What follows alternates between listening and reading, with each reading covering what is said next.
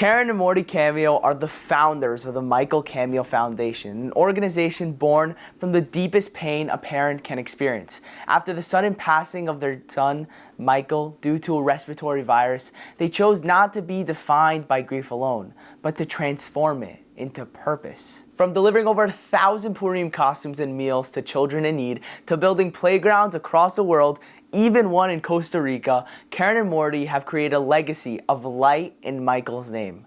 This was a deep conversation. We covered a lot. How Keren and Mordi's tragic loss sparked a movement of community joy and resilience. How the Kameos have managed to honor their son's memory, not just through charity, but through a lifestyle of happy giving, and so much more. If you're curious about how one family's tragedy became a community's mission, you will not want to miss this conversation. And guys, before we start, I just want to let you know that Mordi and Keren Kameo are hosting their annual event, their Bike for Mike and Run for Mike. Do your part to make an impact on this organization. Let's get into the episode.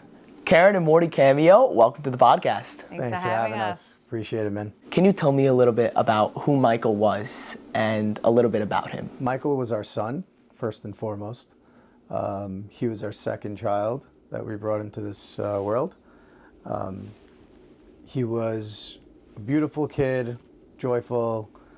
Anytime he would walk into the room, people would smile, people would, run up to him and just grab him.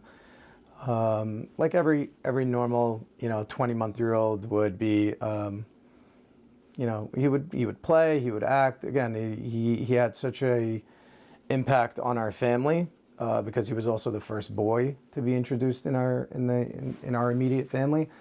So he was like, the pride and joy, growing our family. And he had great blonde hair. He had great blonde hair. He loved buses. He loved cookies.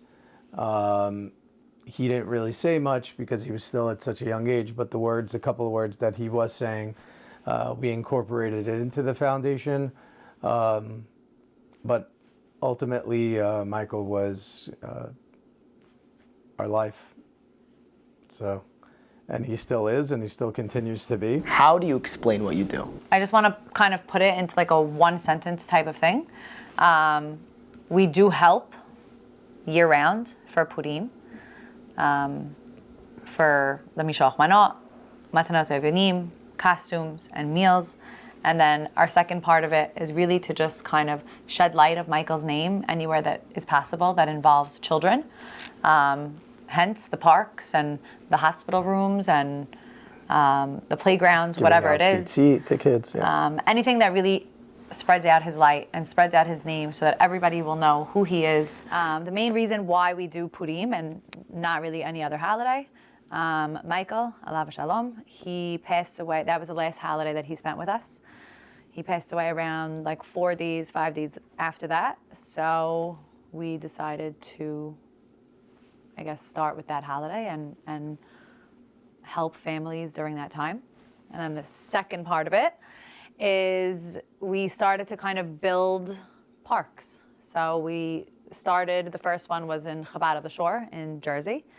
The second one was at DSN Beach, and BHBH, we are working on another park in Costa Rica, but I'll save that story for later. On that note, on the Michael Kameo Foundation, it has helped hundreds of families, which is thousands of people, for Mishloach Manot, meals, costumes, you name it. And I just want to know, how did this foundation come to be? And what was the moment? Was it a conversation? Was it a thought? What was the exact moment that led to the Michael Kameo Foundation? Michael passed away about 5 years ago. He passed away March 16th, 2020. He, like I said before, the last holiday he spent with us was Purim. Anyone who knows Mordi, he really always, for the 12 years that I am married, and I dated him 1 year before that, so 13 years that I know him, he celebrated Purim to the fullest. He's the guy in Brooklyn with the mascot head, like doesn't fit in my car. Like I'm driving around constantly, just taking him from house to house to house, drinking, you name it. He does Purim like to the max. Like Mordechai did, you know? I can, no, literally. Name the- So, sadly, and ironically, it almost kind of felt fitting that like we needed to do something towards and geared Purim. It was like I said, it was ironic that that's, you know, literally his favorite holiday, our entire family's favorite holiday. He kind of just made it that way. And then the fact that he passed away and that was his last holiday that he spent with us, it was almost like it needed to happen. The first few months, no. Did we think about the Michael Kameo Foundation? Absolutely not. You know, it was Yeah, we were upset, well, angry, depressed. Well, let's take all the- yeah, let's go back for a second there also. It was in the height of COVID, and it was the middle of March, where people they didn't know what was going on. People were passing away, people were in hospitals, people were alone, schools were out, everything was on Zoom. Yeah, it was You know, and that's horrible. like the one thing I always try to, you know, when I talk about the Michael Kameo Foundation and take them back to our past, but I also take them back to their past. Like, what do you remember from March of 2020? Do you remember ambulances? Do you remember sickness? Do you remember, you know, family members who passed away or people who survived, by the way, right? We talk about negatives, but also let's think about positives of people who made it through. And so while all that was going on in March, we were grieving, you know, and it was difficult. And we then decided in April to shift gears when Pesach came around, and we decided to go to Deal. We had a house in Jersey, and everything was shut down anyway, so we decided to make the move over there. And then a few months later, I want to say, I definitely have the personality that, and I still do, I still believe it, that nothing happens to you for no reason. You know, to me, I couldn't let Michael's passing just be Michael passed away. Like, I needed to do something with that. It came into my life and our life and everyone around us for a reason. Whether it's to help in a small way or whether it's to help in a big way, whatever it is, I knew that, for me, I could really only talk for myself, I knew that I needed to do something to get me go forward, to put one foot in front of another, to give purpose to kind of the sadness. And I want to say this on camera also, because I'm being recorded, and hopefully whoever sees this, I appreciate every organization that's out there, because it's hard, it's difficult, it's tolling, it's challenging, and I give so much respect to the people who are out there living it, experiencing it, going through it in their own charities. It's so tough to maintain finance, to help people, to live your own personal life and raise a family. And I know so many people in our community that are going through that. And, you know, I looked at Keren and I told her, like, we love our son, we love our child, and we love our family, but like, this can't be us. This is his organization. We still have a family. We want to grow that family, but at the same time, we want to help the community.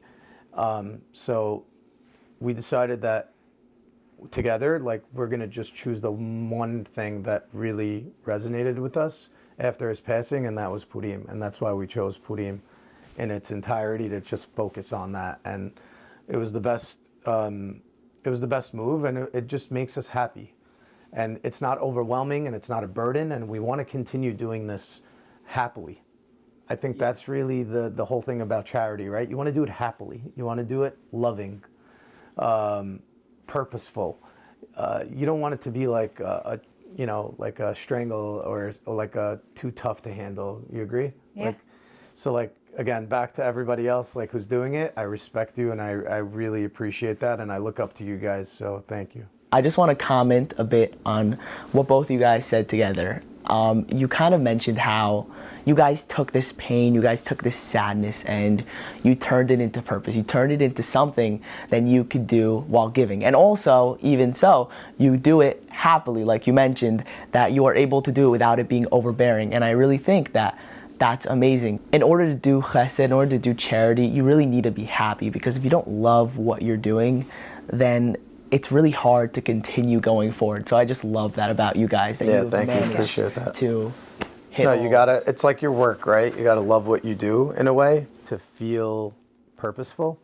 So when we started the foundation, we wanted to obviously carry on his memory, but also at the same time, put smiles on kids' faces. One thing that I wanted to add into what you were saying is that in the beginning, when we first started, I do think that it really started for us. Like, I don't want it to come off in the wrong way. Like, we started the foundation to like make us feel better, you know, to make it feel like he's kind of still with us. And then, I mean, we still do feel that way, and it gradually, you don't even realize it, but it helps so many people. So like by helping us, we're able to help other people as well. mutually beneficial. Yeah. You guys are able to go help others while you're also helping yourself. And I think that it also, in regards to our family, let's say my daughter who was alive when he passed, and my other two kids that I had after him, he's alive in my house. You know what I mean? Like, they know who Michael is. They see a picture, they know exactly who it is. Yes, it's sad, but like, we also showed them as an example of like what you could do with sad things in your life, you know? To go back on another story that a lot of people might not even know this, and which is crazy to think that like after Michael passed away, Keren got pregnant 3 weeks later with one of our new children, Solomon, who's 4 years old now. But a lot of people didn't know that. So the reason why I'm bringing it up is, again, just to show you the picture of the scene again. We moved to Jersey. It was COVID. We were grieving, and she was pregnant, all at the same time. Crazy. Yeah. And we had, and it wasn't on purpose, but we didn't have the emotional support from our families because of COVID and because of, we had our immediate families, of course, but like friends and family who always wanted to be there for us, and, the entire community that would show, all the support. It just wasn't there. So like, just to paint that picture. And like, you guys were completely distanced away from everyone. Very. Was that a main reason that you guys had such a desire to get closer to everyone, that you guys created this foundation that involved everyone that wasn't able to be around you at the time, in order for them to help and in order for them to just be involved? I don't want to... Like, that wasn't the main purpose. It wasn't the main purpose. But I'll tell you this, like, the first event was crazy. Like, yeah. We had maybe 500 people in our backyard. Once we publicized that we started the foundation, the amount of support came back. The entire community came. Our friends and family came to Jersey that summer in July of 2020, and our backyard was packed. Like, we were just overwhelmed, and we were just so happy. So did we do it for them? It was more to like share in like, hey, like, this is what we were doing the past 3 months, and we want you to be part of it. I wanted to get back on the funding for this entire foundation. How were you able to raise money, and also, what did you do with that money? Really, I deal with the organizing and planning part of it, and like who I give the money to, let's say during Purim, and then he really deals with the funding and allowing me to spend that money. Spend it, no, or for them. give it away. A great donate partnership. it. Yes. Yeah. Because I'm not good at that part. Okay, so two things, like I said. So we do Purim. So far, I could just really talk about this year. So in regards to costumes, we gave out around almost like 1,000 costumes this year. That's with the care organization that we were helping. We actually helped some like kibbutzim in Israel that were having a hard time after the war. Just, you know, really organizations, I've become extremely friendly with them over the past almost 5-6 years. Well, they'll just reach out to me. I already know, you know, they're going to call me. It's either I give them gift cards to the stores, or it's just kind of like I write out a check and they'll give out the costumes to people. So that's the costumes. The meals, so really I have kind of 2 or 3 ways that I do it. I give money like to actual families through like Seuda or Boutique Butcher. So Great friend of ours. A great friend of ours. We give him a donation, and he literally delivers meat to families that need the help during the holiday. Moishis, that's another thing. So like we'll buy the groceries for people. Anything that really, especially this year was Purim was with Shabbat. So we helped around like I want to say 800 people just for meals. Wow. Crazy. Yeah. Just crazy. She's more of the numbers. I don't even know this sometimes where it's crazy, but yeah, it's incredible. And then Matanot Yonim, really that we just, you know, we collect it through the website. So when people will send out emails like religiously through before the holiday comes up, so people just donate literally to our website, and we just give the check to the rabbis, and they deal with where the money is going to get dispersed to. On Purim day. And then the Mishloach Manot, my favorite part, is, okay, so I started, in the beginning, I was hiring people to make the Mishloach Manot, and I was buying it. And then this year I realized that, first off, it's expensive. And number 2, honestly, I did it with Flatbush. I did it with Hillel this year. I did it 1 year in Barakai, and I really enjoyed it, where I physically go into the school, I buy the boxes, the snacks, the stickers, whatever it is, and I speak for a little bit, and then we literally had like a chesed day, and we're packing Mishloach Manot, and I made almost like 1,200 Mishloach Manot just by doing that, this year. And it's just enjoyable to be able to speak to these kids, whatever grade it was. Some of them was 4th grade, some of them were high schoolers. Just be able to speak to them, and they were making these Mishloach Manot, and like it had purpose. You know, it wasn't just like, okay, we're doing a chesed for Purim. It's like now Michael's soul was like in these boxes. You know, it was like just much more special. And I really hope whoever's listening to this, every school should reach out, because really that's going to be my mission next year, to really try to get to most of the schools to be able to really spread his name to the kids themselves, and they'll be able to, you know, package the Mishloach Manot and donate it as well. Okay, so that's just Purim. Just Purim. Yeah, Wow. just Purim. Then the parks. I'll take that. Okay, go. So whatever money that we raise throughout the summer, and we'll call it leftover, but there's no such thing as leftover. We're always constantly working on trying to get more funds, only because the more funds we get, the more we could give back, right? So the first year we were overwhelmed by the amount of proceeds that we were able to raise in such a short amount of time. So we were presented an opportunity, our first opportunity so again, because we were in Jersey, we were presented an opportunity by the rabbi of Chabad through one of our family members who's very close with him. He said, how would you like to build the first Michael Kameo playground? And we're like, wow, that's a great idea. It involves kids and happiness with the kids, and so we were like, wow, can we do this financially? And we looked at it and we said, sure, let's do it. And we became so now the first park in Jersey that we donated to is at the Chabad of the Shore. It's right next to the lighthouse. There's a park across the street, and then if you look right behind it, there's another park which is by the Chabad school, and now kids use it every single day, and that was the first opportunity. So we took it upon ourselves to like, wow, a park is a really cool idea. like that kind of goes with what we want to do, is make children happy. Again, Purim being the most important, but like, again, anything excess, let's put it more back to the kids. So that was that. And keeping his name alive, like just, I don't know, any kid that's going to play in this park now is something of that, Michael. yeah, and it's also something he didn't really get to do as much, which kind of stinks, you know?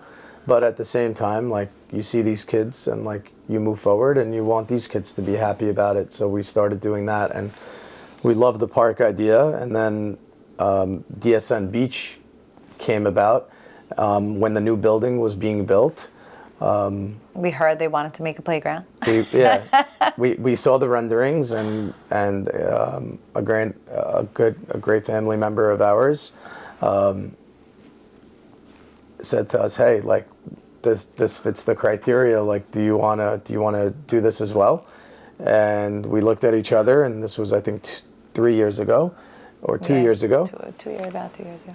And boom, another park, a second park at DSN Beach. So next time you're there and, you know, hanging out by DSN Beach, you'll see the Michael M. Kameo playground. So that's 2 for 2 that we did. Yeah. That's incredible. Yeah. Thank you. Yeah. Thank you. Kosher Media is the largest advertising network across Jewish communities worldwide. They reach hundreds of thousands of people through text, email, and social blasts. With their network of hundreds of thousands of Instagram followers, dozens of WhatsApp chats, and so much more, they are the go-to advertising network for the Jewish community. Check them out at koshermedia.com and level up your marketing game today. Thank you so much to Kosher Media for sponsoring this episode of Impact and helping us provide this amazing content to you guys. You guys are really spreading the light of Michael to every single kid. You mentioned something about Costa Rica, the playground also. You said that's a great story. I want to hear it. Okay, so we were in Costa Rica for winter break, not knowing you can't travel with meat, going to Costa Rica. And it was me and my sister. She took some meat in her luggages. We had some luggages, and we had some meat in our luggages. And we're going through security. They put your luggage through the security thing. My sister and my brother-in-law went first. They ended up texting us, shoot. They took all of our meat. When I say all of our meat, literally a lamb, a cow, like they took it all. Gone, garbage. Okay, now we're anxious, like going through the conveyor belt. Thank God the lady let us through.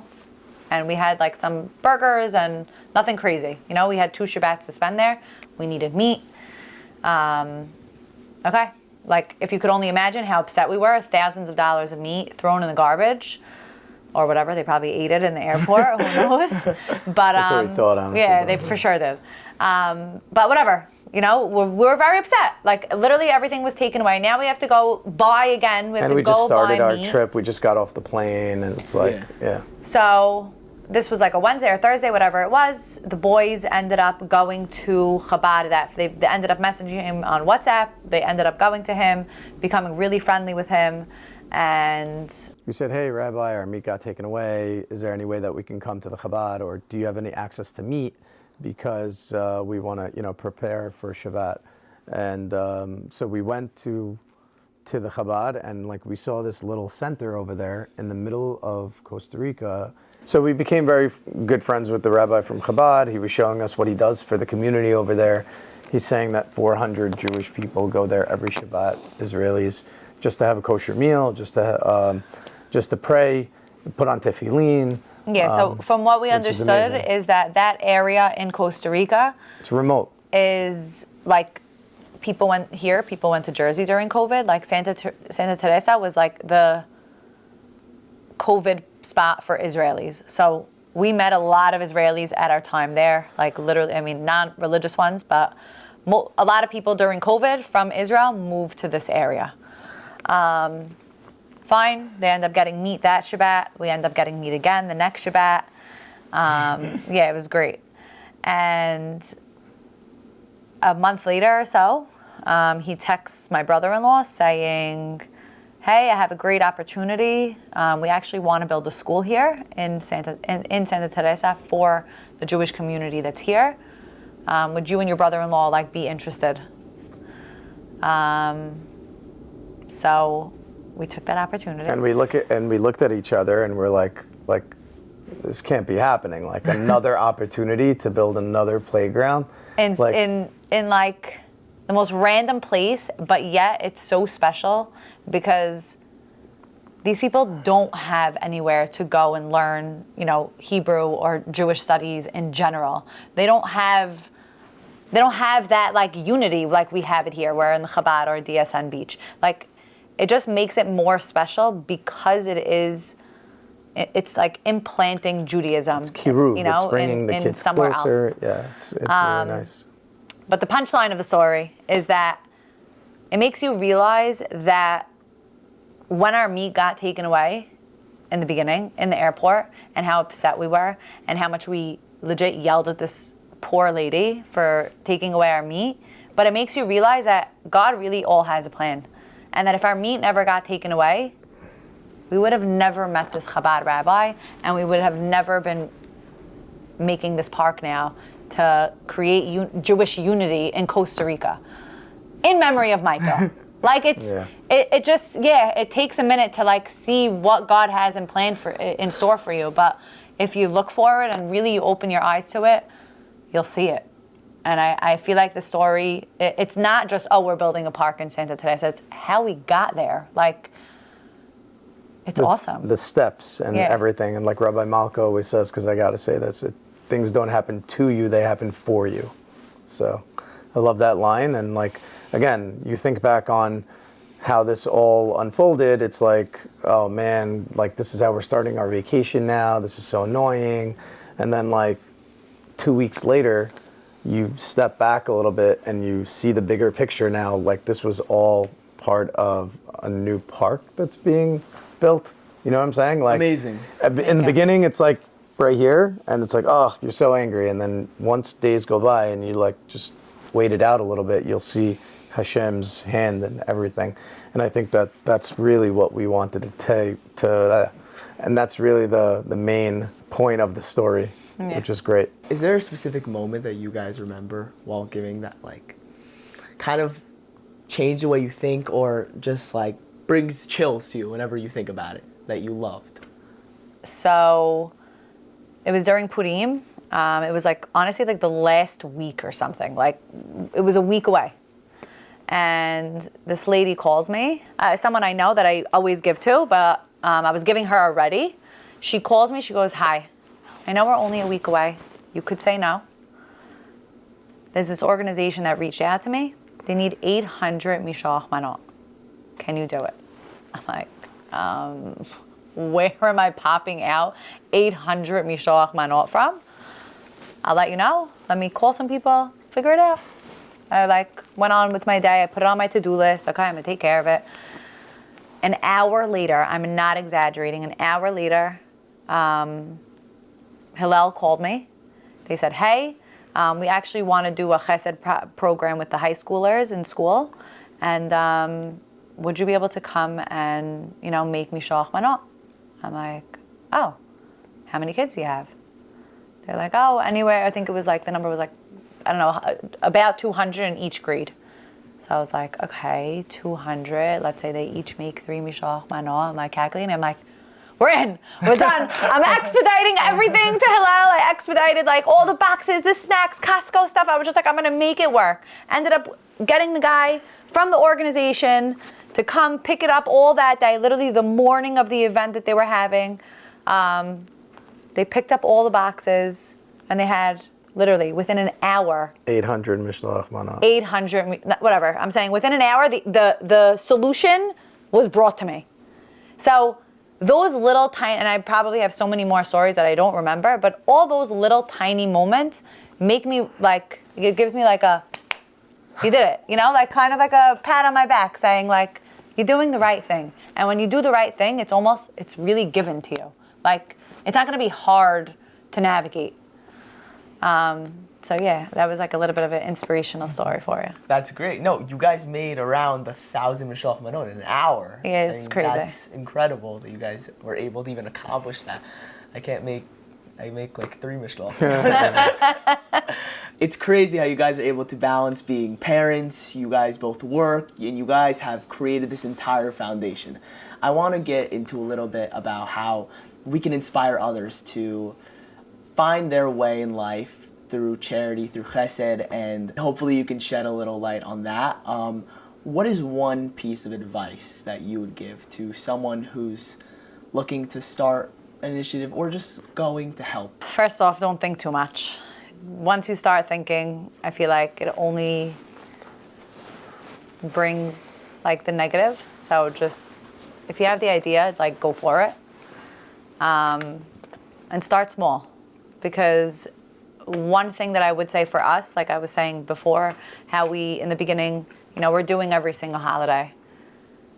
Doing one thing at a time is, I want to say, it's lighter, and you get to really do it full-heartedly and enjoy every step of the way instead of putting your hands into everything. So starting small, to me, would be probably the best piece of advice.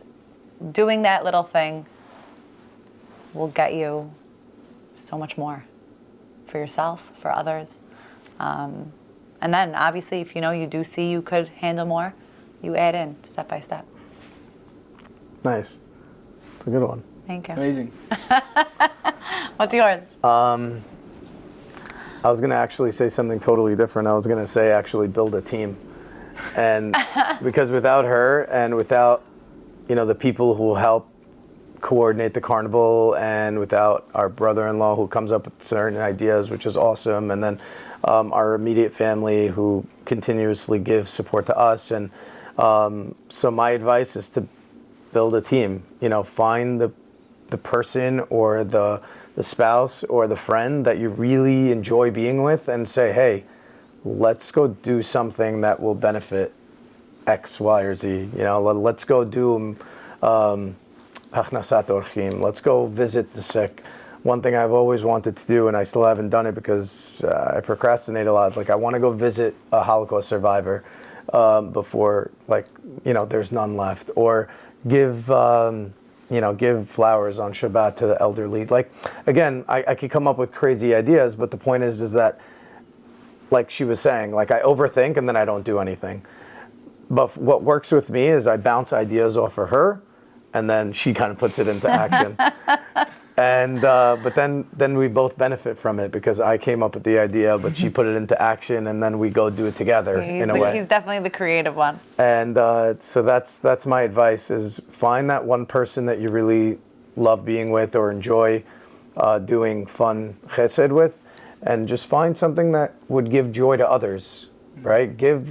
Put a smile on another kid's face or on another adult's face, or open the door for somebody. It helps it, like she said, start with the little things. But starting chesed would, in my eyes, would always start with a good team. And if you have the right people around you, you can always, achieve a lot more as a team. Not that you can't do it individually, but I think it's just more, like you said, happily and enjoyable. Exactly. Also, going back on one thing that the first thing that I was saying is, don't overthink. I think that like fear, like the overthinking is fear.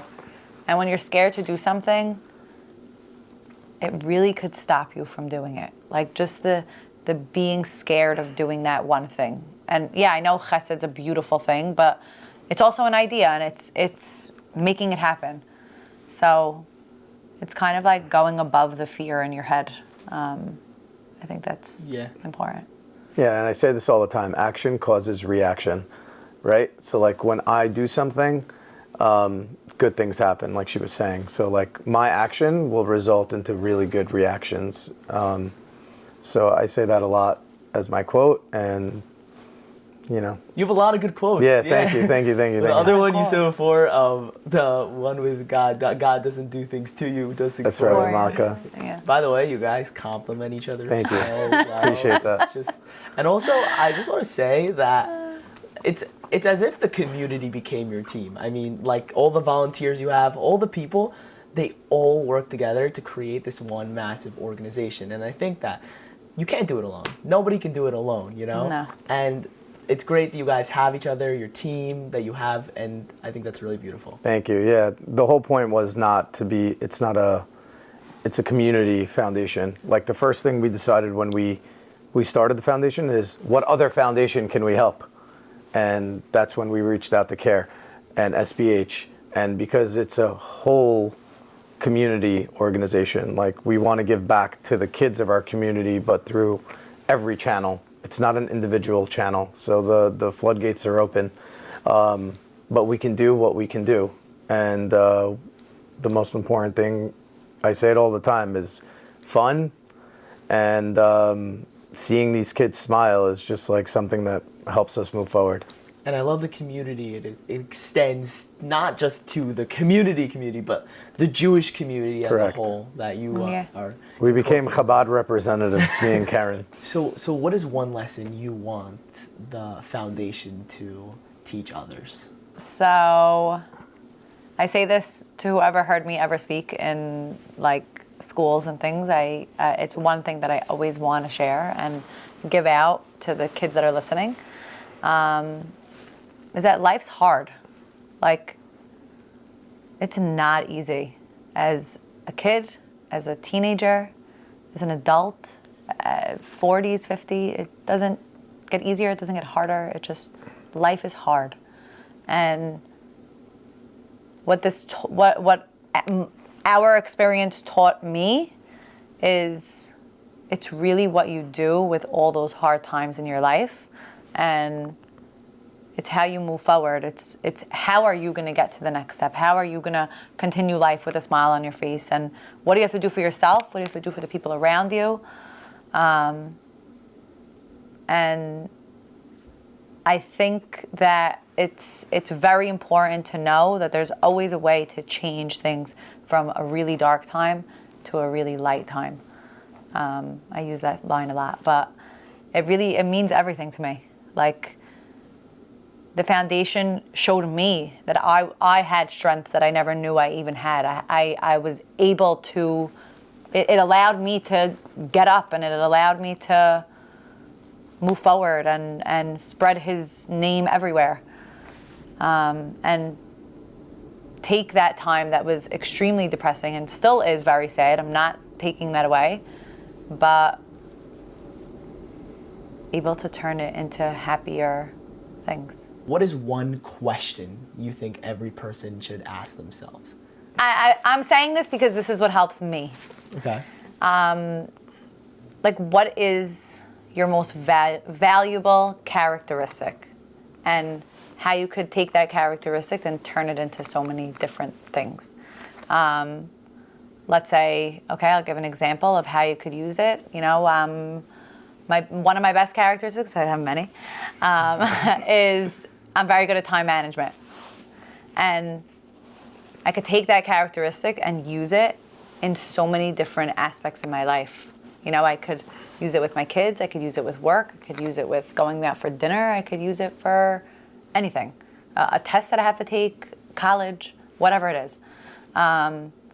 So slowly, when you do realize what those good characteristics are about you, it's how you're going to use them in all different places in your life. And I think it's just valuable. It allows you to kind of like uplift yourself, but also learn how to take it with you. And help others. And help others. Like, another thing is like kind of that we know that, you know, he has his creative side and he has his funding side of the foundation, and I have the go type of personality where, like, okay, we know I'm good at this, I know I'm good at this, and let's figure out how we could combine together. And this is the real message, I think, for myself, and I'll speak for myself, is like, stay true to who you are, right? So if you're that guy who wants to go do chesed, go do it. And if you're the guy who wants to inspire, go do it. And that's really what I just keep telling myself. Just be Mordi. You know, be who you want to be. And I see the results in that all the time. Is like when I put myself out there of the real me, like it's always a great outcome. So like if you stay true to who you are, you'll just see beautiful results. So. Amazing. Yeah. Thank you so much, Keren and Mordi, for joining me on Impact today. It was really great having you. You guys are amazing. Thank you. It was Thanks our for pleasure. having us. We appreciate the opportunity. Thank you so much. Thank you so much for joining me on this episode of Impact by Momentum. Speaking with Keren and Mordi Kameo was incredibly moving. Their story is a powerful reminder that grief and joy live side by side, and that even in our hardest moments, we can still make the choice to give. There were so many impactful moments in this episode, but here are my top 3 takeaways from this conversation. First, start small, but start. Whether it's packing Purim meals in your backyard or donating one's costume, small steps compound into something meaningful. Keren and Mordi didn't hit the ground running, but after a while, slowly but surely, they built up an organization to the point where it's helped thousands of people. Second, do it with love, not burden. The Kameos emphasize how important it is that giving brings joy. When charity is powered by happiness, it becomes sustainable and contagious. Third, build your team. Whether it's your spouse, your kids, your friend, or your entire community, impact is multiplied when it's shared. Michael's light continues to shine, not just in parks and costumes, but in every child's smile, in every act of kindness, and in every person inspired to just give a little bit more. If this story touched you, share it. Let others hear what it means to turn pain into purpose. And guys, don't forget, the organization is hosting their annual Bike for Mike and Run for Mike event. Sign up at michaelcameofoundation.org. And be sure to subscribe. We have so many more unbelievable guests on the way. See you next time.